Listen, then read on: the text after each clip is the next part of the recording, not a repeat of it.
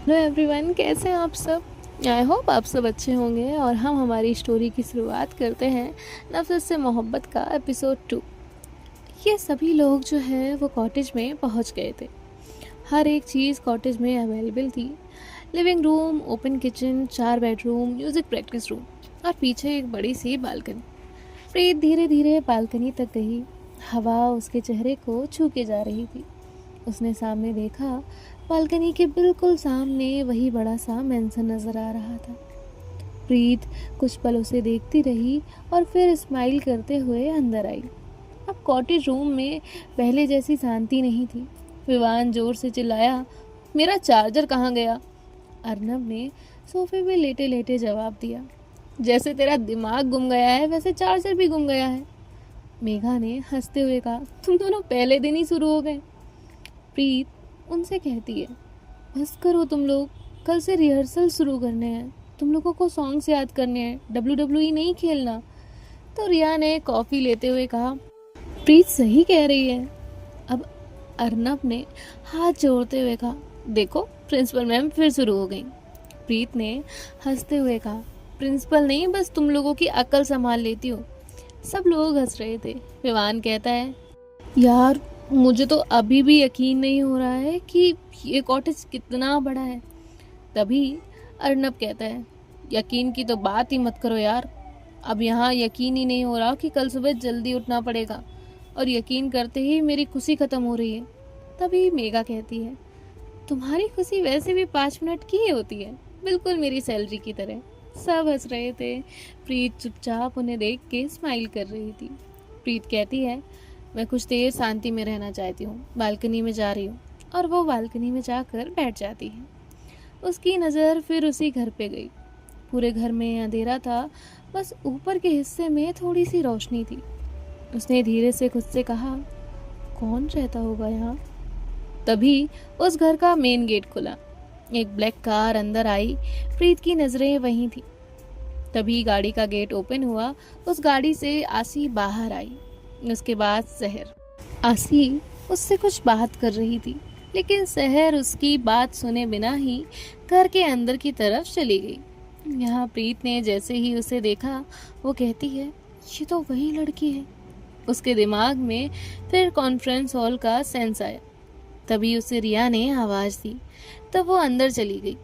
यहाँ दूसरी तरफ स्टडी रूम में लैंप की हल्की सी रोशनी में फाइल्स का ढेर पड़ा हुआ था। लैपटॉप, स्क्रीन, ई फाइनेंशियल रिपोर्ट्स खुली हुई थी, जिनमें सहर जो है वो देख रही थी। वो 2 घंटे से बिना रुके काम कर रही थी। तभी दरवाज़ा खुला और आसी अंदर आई।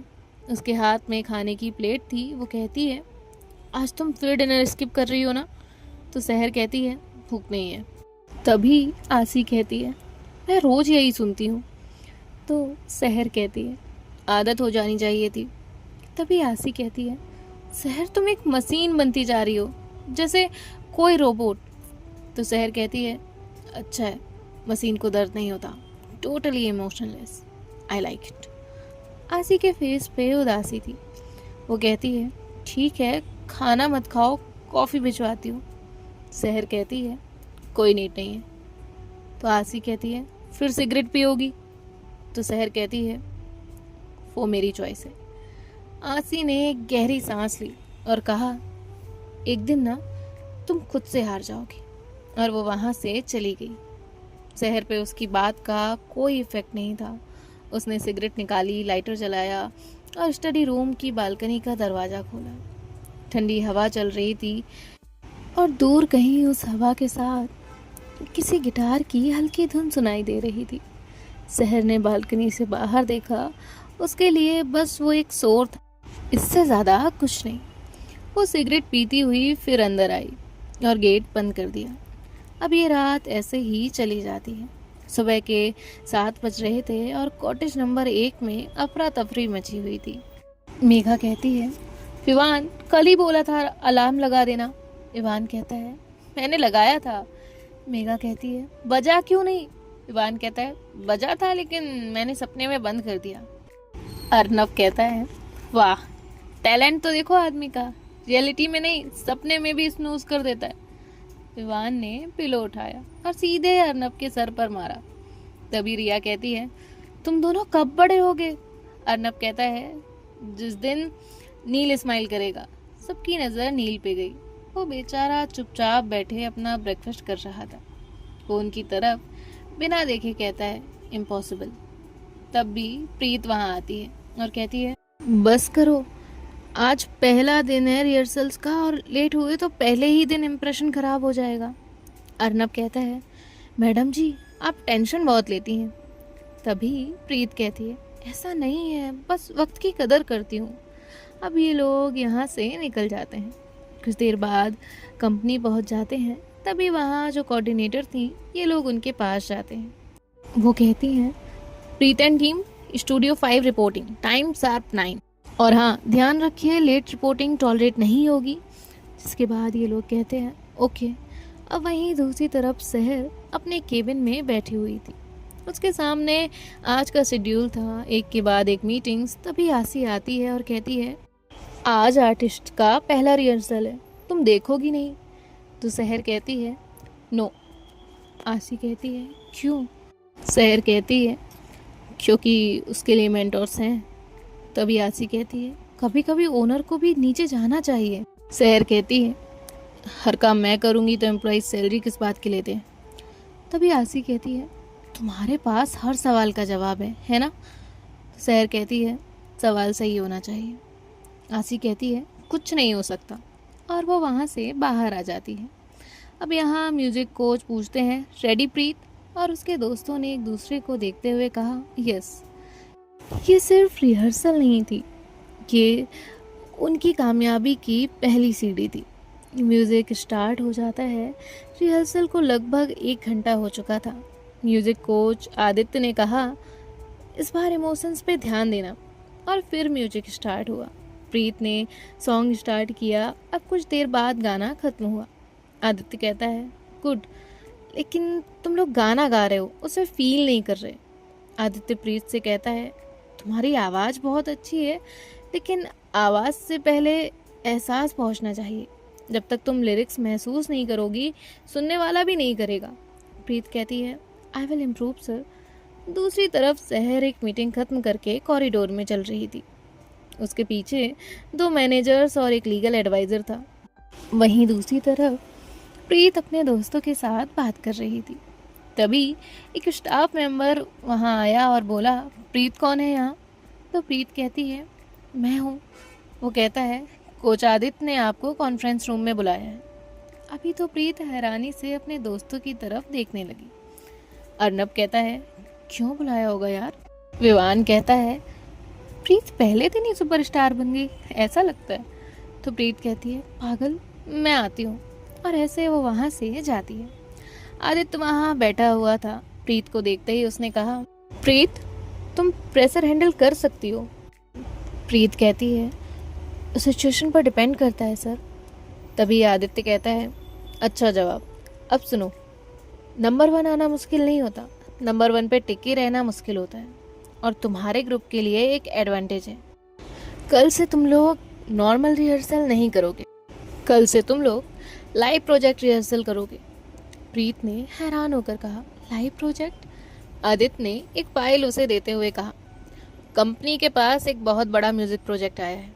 अभी फाइनल आर्टिस्ट डिसाइड नहीं हुआ है, लेकिन जो ग्रुप सबसे ज़्यादा इम्प्रूव करेगा उसे ये प्रोजेक्ट मिल सकता है। प्रीत कहती है, जी सर। तभी आदित्य कहता है, एक और बात, अगर तुम्हारा ग्रुप फेल हुआ तो ये मौका हमेशा के लिए किसी और का हो जाएगा। प्रीत कहती है, हम अपनी पूरी कोशिश करेंगे। जिसके बाद वो सीधे वहाँ से अपने दोस्तों के पास जाती है। विवान उसे देख के कहता है, मैडम इतनी देर? अर्नब कहता है, पक्का डांट पड़ी होगी। मेघा हल्का सा उसके हाथ पे मारती है और कहती है, हर बात निगेटिव ही सोचनी होती है। नील अपना लैपटॉप बंद करके कहता है, क्या हुआ? प्रीत ने कॉन्फ्रेंस रूम की पूरी बात शुरू से लेकर आखिर तक बताना शुरू किया।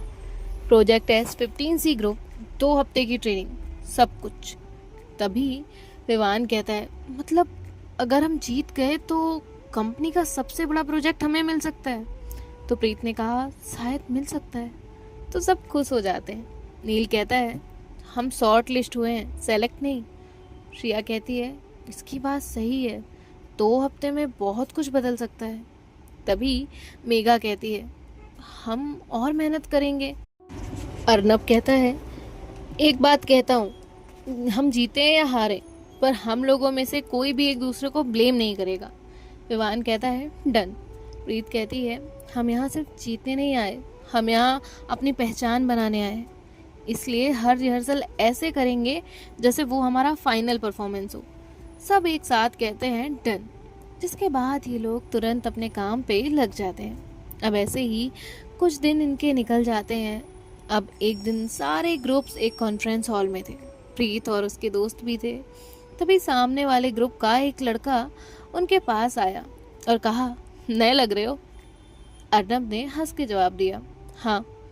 लड़का कहता है, प्रोजेक्ट एस के लिए आए हो? तो अर्नब कहता है, सभी आए। उस लड़के ने हंसते हुए कहा, प्रोजेक्ट एस हर किसी के बस की बात नहीं। तभी एक एम्प्लॉय भागते हुए अंदर आया। साइलेंस। सब उसे देखने लगते हैं। उसकी आवाज़ में घबराहट थी। पूरा हॉल धीरे धीरे शांत हो गया। वो कहता है, सब लोग अपनी जगह खड़े हो जाएं, कोई हॉल के बीच में नहीं रहेगा, सब साइड रहो। आर्टिस्ट एक दूसरे को देखने लगे। क्या हुआ, कोई आ रहा है क्या? किसी को कुछ समझ नहीं आ रहा था। तभी बाहर से कुछ सीनियर मैनेजर अंदर आए। उनके पीछे black shirt, black formal pant, हाथ में फाइल, बिल्कुल बेएहसास चेहरा, कोई इमोशन सी ना हो जैसे। शहर जैसे ही वो अंदर आई, हॉल में एकदम खामोशी। प्रीत ने पहली बार कंपनी के अंदर शहर को इतने करीब से देखा था। शहर ने हॉल में खड़े लोगों के तरफ देखा भी नहीं। उसकी उन मैनेजर्स के साथ कुछ बात हो रही थी। प्रीत उसे ही देख रही थी। तभी वो रिया से कहती है, ये कंपनी की ओनर है ना? तो रिया कहती है, हाँ। शहर वहाँ से बाहर चली गई। विवान कहता है, यार मुझे तो लगा मेरी हार्ट बीट रुक गई। अर्नब कहता है, अब समझ आया इतना क्यों डरते हैं। तभी रिया कहती है, डरते नहीं, रिस्पेक्ट करते हैं। विवान कहता है, नहीं मैं तो डरता हूँ। डिसिप्लिन। ये कंपनी डिसिप्लिन पे चलती है। यहाँ टैलेंट से पहले प्रोफेशनलिज्म आता है। इसलिए लोग उनसे डरते भी हैं, क्योंकि गलती उन्हें पसंद नहीं। तभी वहाँ के स्पीकर ऑन हुए। आवाज़ आई, attention everyone, all selected artist are requested together in hall A within 5 minutes. Attendance is mandatory. सब ग्रुप्स एक एक करके हॉल ए की तरफ बढ़ने लगे। हॉल ए, ये रिहर्सल हॉल एस से भी बड़ा था। आगे स्टेज बनी हुई थी, बीच में एलईडी स्क्रीन और सामने आर्टिस्ट के लिए चेयर्स। सब लोग अपनी अपनी जगह पर बैठ गए। तभी आदित्य स्टेज पर आया और कहा, गुड आफ्टरनून एवरीवन, अब आपका पहला चैलेंज। सब लोग बात करने लगे, चैलेंज? अभी से? ये तो रिहर्सल्स थी ना? आदित्य ने कहा, साइलेंस। तुम सब सोच रहे होगे कि 2 हफ्तों की ट्रेनिंग में सिर्फ एक गाना गाने की प्रैक्टिस होगी। प्रोजेक्ट एस सिर्फ आवाज़ से नहीं जीता जाता। यहाँ टीम वर्क देखा जाता है, डिसिप्लिन देखा जाता है, डिसीजन मेकिंग देखी जाती है। इसलिए हर 2 दिन बाद तुम सबको एक चैलेंज दिया जाएगा। चैलेंज को एलईडी स्क्रीन पे दिखाया गया। Time 48 hours. रूल, कोई पुराना गाना नहीं, कोई कॉपी नहीं, सिर्फ ओरिजिनल। आदित्य कहता है, म्यूजिक इंडस्ट्री किसी का इंतज़ार नहीं करती। दबाव में जो अच्छा करे वही आर्टिस्ट होता है। कल शाम 6 बजे हर ग्रुप अपनी कंपोजिशन परफॉर्म करेगा। कोई एक्सक्यूज़ एक्सेप्ट नहीं होगा, डिसमिस। इतना कहकर वो वहाँ से चला गया। विवान कहता है, बस मैं तो गया। अर्नब कहता है, अभी तो चैलेंज शुरू हुआ है। अब ये लोग अपने काम पे लग जाते हैं। वक्त जा रहा था, सब अपना अपना काम कर रहे थे। 2 दिन निकल जाते हैं। प्रोजेक्ट एस का पहला चैलेंज, और आज कंपनी में हर आर्टिस्ट टेंशन में था। वहीं दूसरी तरफ आसी एक फाइल को लेकर शहर के केबिन में आई। तुम फ्री हो? शहर का जवाब, नहीं। तभी आसी कहती है, फिर भी मेरी बात सुननी पड़ेगी। प्रोजेक्ट एस का फर्स्ट रिव्यू। शहर ने फाइल की तरफ देखा और कहा, मैंने पहले ही मना कर दिया। आशी ने कहा, मना म्यूजिक डिपार्टमेंट को किया था, ये डिसीजन बोर्ड का है। शहर कहती है, बोर्ड? आशी कहती है, इस साल इन्वेस्टर्स खुद देखना चाहते हैं कि प्रोजेक्ट एस किस लेवल पे जा रहा है, इसलिए कंपनी की तरफ से प्रोजेक्ट एस को पर्सनली सुपरवाइज करेगी। रूम में खामोशी थी। सहर कुछ वक्त तक चुप रहती है, फिर कहा, टाइम बताओ। आसी कहती है, आफ्टर 15 मिनट। सहर कहती है, ओके नाउ आउट। आसी कहती है, व्हाट? तो सहर कहती है, जाने के लिए कहा है, जाओ। आसी कहती है, मैं क्या तुम्हें कोई मक्खी दिखती हो जो ऐसे भगाती हो? सहर कहती है, आउट। आसी वहाँ से चली जाती है। यहाँ ग्रैंड रिव्यू हॉल में 15 ग्रुप अपनी अपनी जगह बैठे थे। स्टेज के सामने एक लंबी टेबल लगी थी। उस पे 3 नेम प्लेट थी, आदित्य, आशी, सहर। आर्टिस्ट उस खाली चेयर को देख रहे थे। ओनर सच में आ रही है? वो तो कभी किसी की रिहर्सल में नहीं आती। पहली बार हो रहा है। सब लोग अलग अलग बातें कर रहे थे। तभी अचानक शांति हुई। सहर अंदर आई और जाकर अपनी जगह पे बैठ गई। उसने सिर्फ इशारा किया, स्टार्ट। ना कुछ कहा, ना किसी की तरफ देखा, कुछ भी नहीं। लेकिन पूरा हॉल शांत था। आदित्य ने अनाउंसमेंट शुरू की, ग्रुप नंबर 1। परफॉर्मेंस शुरू हुई। सहर बस देख रही थी, नो एक्सप्रेशन। एक गाना खत्म हुआ। आदित्य ने उन्हें कुछ पॉइंट्स दिए, आसी ने भी दिए। उन दोनों ने सहर को देखा। सहर ने फाइल बंद की और कहा, नेक्स्ट। ना उसने तारीफ की ना बुराई। अब दूसरा ग्रुप गया। ऐसे एक के बाद एक ग्रुप जाने लगे। हॉल का प्रेशर हर गुजरते वक्त के साथ बढ़ रहा था। और फिर आदित्य ने कहा, ग्रुप 8, प्रीत एंड टीम। प्रीत ने अपनी आंखें बंद की, एक गहरी सांस ली। उसने अपनी टीम की तरफ देखा। वो सब स्टेज की तरफ आगे बढ़े। म्यूजिक स्टार्ट हुआ, फिर हल्का पियानो टोन, फिर गिटार। प्रीत ने आंखें बंद की और गाना शुरू हुआ। लेकिन इस बार कुछ अलग था। उसने सिर्फ गाना गाया नहीं था, वो उसे फील कर रही थी। हर लाइन के साथ उसके हाथ हल्की सी मूवमेंट कर रहे थे, जैसे वो लिरिक्स हवा में लिख रही हो। किसी को भी अब किसी और चीज़ का होश नहीं था। सब लोग उस सॉन्ग में खो चुके थे। कुछ देर बाद गाना बंद हुआ। आदित्य और आसी ने सहर की तरफ देखा। सहर ने पहली बार अपनी फाइल बंद की और उसने अपनी नज़र स्टेज की तरफ की। प्रीत उसकी ही तरफ देख रही थी।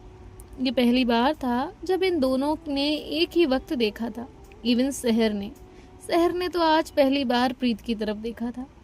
सहर ने बिना किसी एक्सप्रेशन के कहा, स्टॉप ओवर परफॉर्मिंग। तुम गाना फील कर रही थी लेकिन कंट्रोल खो रही थी। इमोशन और ड्रामा में फ़र्क होता है। उसने फाइल क्लोज की और कहा, नेक्स्ट। लेकिन जैसे ही उनकी टीम नीचे आई, सहर की नज़र एक सेकंड के लिए प्रीत पे गई। स्टेज से नीचे आते हुए जो विवान है वो कहता है, ये तारीफ थी या इंसल्ट?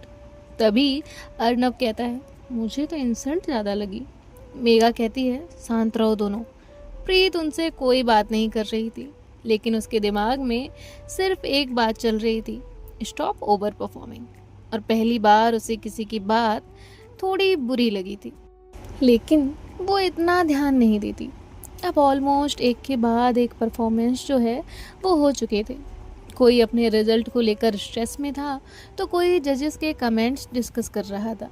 आज कुछ ग्रुप का नाम ऑफिशियली शॉर्ट लिस्ट होने वाला था और उन शॉर्ट लिस्टेड ग्रुप्स को प्रोजेक्ट एस के नेक्स्ट फेज में एंट्री मिलने वाली थी। तभी आदित्य की आवाज़ आती है, अटेंशन एवरीवन, फर्स्ट रिव्यू के बाद जजिंग पैनल ने कुछ ग्रुप्स को नेक्स्ट फेज के लिए शॉर्ट लिस्ट किया है। सब लोग डरे हुए थे। कोई अपनी फिंगर क्रॉस करके बैठा था तो कोई आंखें बंद करके। आदित्य ने लिस्ट उठाई। Group number 3 selected, group number 5 selected, group number 8 selected. Preet की टीम एक सेकंड के लिए फ्रीज हो गई। विवान एकदम से बोला, हम सेलेक्ट हो गए। अर्नब ने तुरंत उसका हाथ पकड़ के उसे नीचे बैठा दिया। आदित्य और भी नाम अनाउंस करने वाला था कि अचानक जोरदार आवाज़ वहाँ हुई। आर्टिस्ट अपनी सीट से उठ के खड़े हो गए। स्टेज के साइड का एक बड़ा मेटल लाइटिंग फ्रेम सीधा नीचे गिरा हुआ था। सब लोग चिल्लाने लगे, सिक्योरिटी अलार्म्स बजने लगे, डस्ट ब्रोकन ग्लास हवा में फैल गए। प्रीत अपने दोस्तों के साथ खड़ी हुई थी। उसका दिल जोर जोर से धड़क रहा था। उसने स्टेज की तरफ देखा, सहर वहीं खड़ी थी। मेटल फ्रेम उसे डायरेक्टली हिट नहीं हुआ था, लेकिन गिरते वक्त ग्लास का एक टुकड़ा सहर के माथे पे लग गया था। उसके फोरहेड से खून आ रहा था। हॉल एकदम साइलेंस हो गया। आसी भागते हुए स्टेज की तरफ आई। सहर, पूरे हॉल में आवाज गूंज गई। सिक्योरिटी स्टाफ तुरंत स्टेज को सराउंड करने लगा। किसी को अंदर मत आने देना, मूव बैक। आर्टिस्ट को थोड़ा पीछे की तरफ खड़ा रहने के लिए कहा जा रहा था। सब लोग सहर को देख रहे थे क्योंकि उसके फेस पे दर्द से ज़्यादा इरिटेशन था। उसने अपने फोरहेड को टच किया, उसकी फिंगर्स पे खून लगा हुआ था। उसने फिर उन ब्रोकन लाइट्स को देखा। पूरा टेक्निकल स्टाफ वहाँ खड़ा था। आसी जोर से चिल्लाई, how the hell did this happen? तुम लोगों का ध्यान कहाँ रहता है? Do you even realise what could have happened? इसे चेकिंग कहते हो तुम लोग? आदित्य उसके पास आया। उसने कहा, मैंने खुद चेक किया था। This is not possible, frame properly lock था। तभी वहाँ किसी ने कहा, समवन डिड दिस इंटेंशनली। तभी सब लोग जो है वो बातें बनाने लगे। एक लड़की फर्स्ट एड बॉक्स लेकर वहाँ आई और कहा, मैम प्लीज सिट। सहर ने कहा, लीव इट। उसने सबकी तरफ देखा। सब लोग डरे हुए थे कि सहर क्या बोलेगी। सबकी नज़र सिर्फ उस पे थी। उसके माथे के एक साइड से खून आ रहा था, लेकिन चेहरे पे अब भी खामोशी, जैसे कुछ फील ही नहीं हो रहा था। आसी उसके पास गई। उसका पेशेंस ऑलमोस्ट खत्म हो चुका था। वो कहती है, सहर तुम बैठो, तुम्हारे माथे से ब्लड आ रहा है। सहर कहती है, माइनर कट है, इट्स ओके। आसी ने उसकी बात नहीं सुनी। उसने सहर का हाथ पकड़ा और कहा, चलो। तो सहर कहती है, डोंट स्टार्ट, रिव्यू कंप्लीट नहीं हुआ। सो गाइस, देखते हैं नेक्स्ट पार्ट में क्या होगा, आशी का रिएक्शन क्या होगा, ये हमें आगे पता चलेगा। मिलते हैं आपसे नेक्स्ट पार्ट में और बाय बाय, टेक केयर, ख्याल रखिए।